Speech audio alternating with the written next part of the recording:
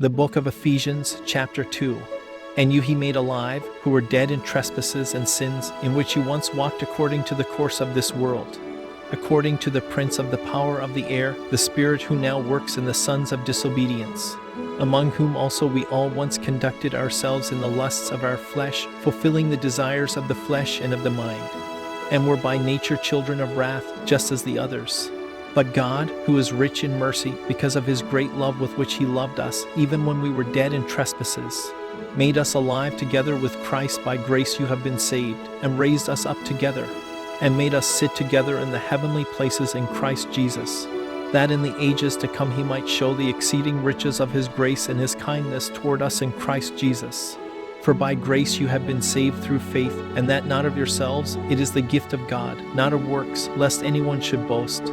For we are his workmanship, created in Christ Jesus for good works, which God prepared beforehand that we should walk in them. Therefore remember that you, once Gentiles in the flesh,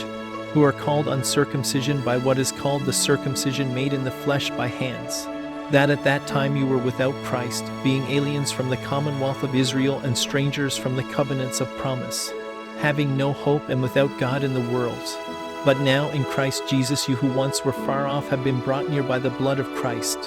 For he himself is our peace, who has made both one, and has broken down the middle wall of separation, having abolished in his flesh the enmity, that is, the law of commandments contained in ordinances, so as to create in himself one new man from the two, thus making peace, and that he might reconcile them both to God in one body through the cross, thereby putting to death the enmity. And he came and preached peace to you who were afar off and to those who were near. For through him we both have access by one Spirit to the Father. Now, therefore, you are no longer strangers and foreigners, but fellow citizens with the saints and members of the household of God, having been built on the foundation of the apostles and prophets, Jesus Christ himself being the chief cornerstone, in whom the whole building, being fitted together, grows into a holy temple in the Lord, in whom you also are being built together for a dwelling place of God in the Spirit.